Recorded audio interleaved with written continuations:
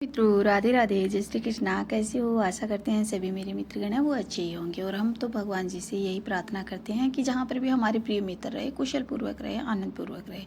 हम तो राधा रानी जी से और कृष्णा से यही विनती करते हैं कि जहाँ पर भी हमारे प्रिय मित्र रहे, है ना, अपने जहाँ पर भी अपने रिश्तेदार रहे, और जो भी मेरी वीडियो को देख रहे हैं या फिर देखते हैं, उन सबको है मेरी राधा रानी कृष्णा हमेशा है जो कुशल पूर्वक रखना, है ना। तो मेरे प्यारे मित्रों, हम तो आपके लिए यही दुआ करते हैं।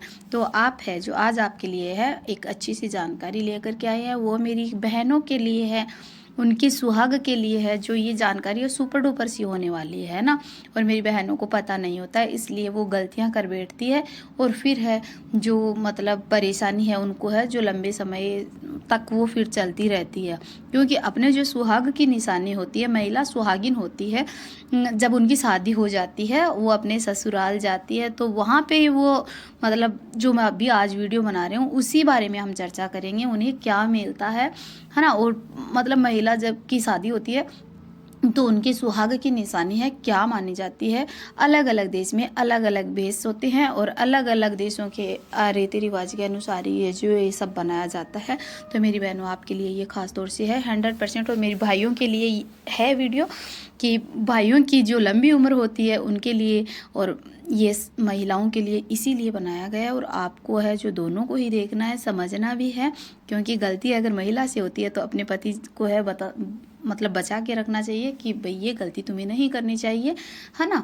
तो इसलिए मेरी बहनों, इस वीडियो को पूरा देखना, एंड तक देखना। और अगर हमसे कोई गलती हो या फिर आप को मतलब हम बता रहे हैं तो कोई भी किसी भी प्रकार के अगर इससे वीडियो में कुछ छूट जाए तो आप मुझे कमेंट में ज़रूर बताना, है ना। और एक बार प्यार से मुझे राधे राधे, जय श्री कृष्ण आप प्यार से बोल दीजिएगा वीडियो स्टार्ट करने से पहले, है ना।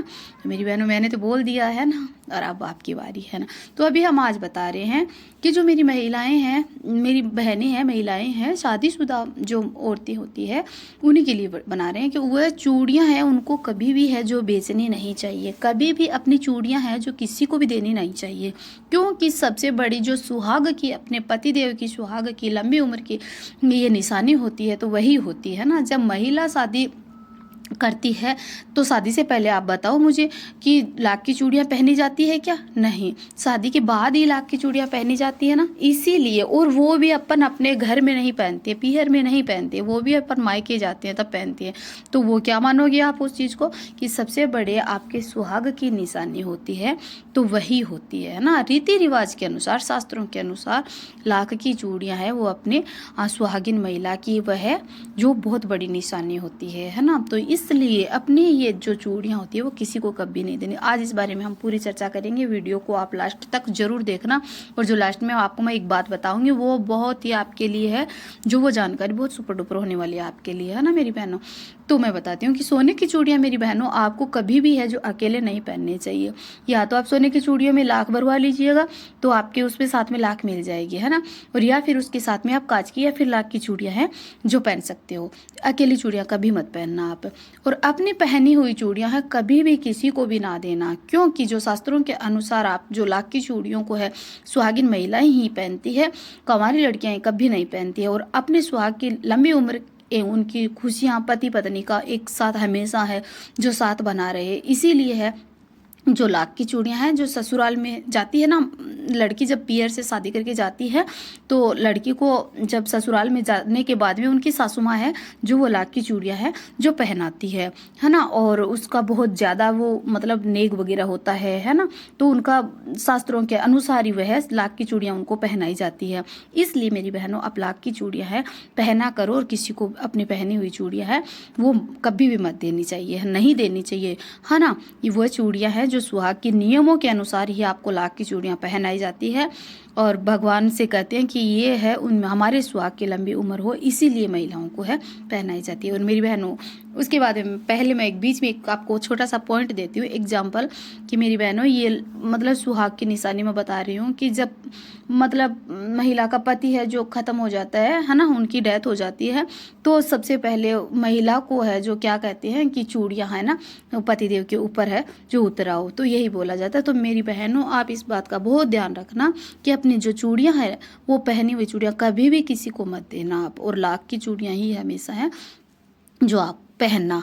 ये है बड़ों के जब चूड़ियाँ पहनते हैं लाख की, तो बड़ों का आशीर्वाद लेते हैं, उनको हम बदले में है ना जो कुछ देते हैं, वो बड़े आशीर्वाद देते हैं, हम उनको पैसे वगैरह कुछ भी देते हैं। तो 7 सुहागिन महिलाओं से ही ये तुम्हारी है जोड़ा, मतलब 7 जन्म के लिए है जो बना रहे ये तुम्हारे सुहाग की लंबी उम्र। इस तरह से आशीर्वाद भी लिया जाता है। इसलिए सुहागिन महिला की सुहाग की निशानी है जो मांग, सिंदूर और ये चूड़ियाँ है, ये सबसे बड़ी है जो निशानी है जो होती है। इसलिए मेरी बहनों ध्यान रखना, पहनी चूड़ियाँ कभी भी आप दान में ना देना, वरना बहुत पछताना पड़ेगा। दान करना है तो आपको नई चूड़ियों का करो, नए सिंदूर का करो, जो भी श्रृंगार होता है आप उनका दान करो, बहुत अच्छा होता है दान। लेकिन नया लेके आओ, आपका यूज लिया हुआ बिल्कुल भी जो श्रृंगार का सामान होता है वो कभी भी किसी को भी मेरी बहनों दान नहीं करना चाहिए। इस बात को आप है एक गांठ मार लीजिएगा, है ना। और आपको अगर आपकी सुहाग की लंबी उम्र करनी है और आपको अपने सुहाग को बचाए रखना है, अपने पति की आप लंबी उम्र चाहते हो, तो आप इस बात को ध्यान से सुनो, है ना। पहनी हुई ज्वेलरी भी कभी भी किसी को नहीं देनी चाहिए, इससे माँ लक्ष्मी है वो रूठ जाती है। इसलिए आप पहनी हुई ज्वेलरी कभी भी किसी को मत देना है तो आप नई ज्वेलरी तो।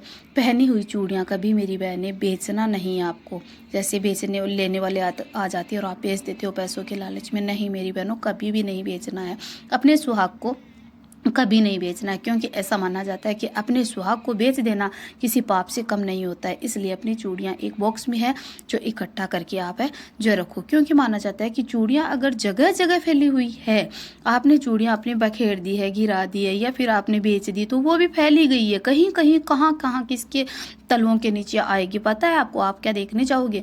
इसलिए मेरी बहनों ये नहीं होना चाहिए।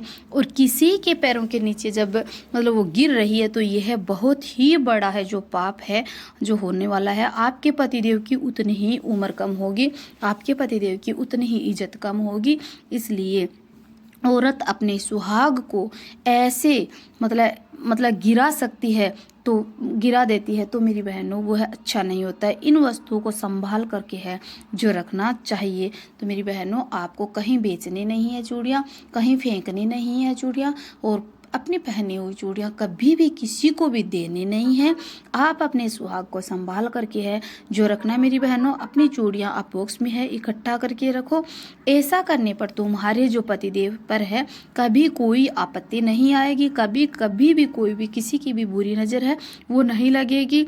और आपके पति दिन रात, दिन दुगनी रात चौगनी है ऐसे ही मतलब कमाते रहेंगे और उनकी है जो आयु में ऐसे ही वृद्धि होती रहेगी मेरी बहनों। तो आप अगर महिला का ये सबसे बड़ा धर्म होता है अपने पति की उम्र, अपने पति की लिहाज, ये सब बचाना महिलाओं के ही हाथ में होता है।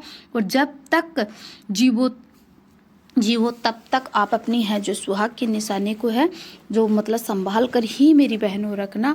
और सुहागिन महिलाओं को सफ़ेद व काली चूड़ियाँ कभी और लोहे की चूड़ियाँ हैं जो कभी भी नहीं पहननी चाहिए मेरी बहनों। ये भूल कर भी आप है ये गलती मत करना।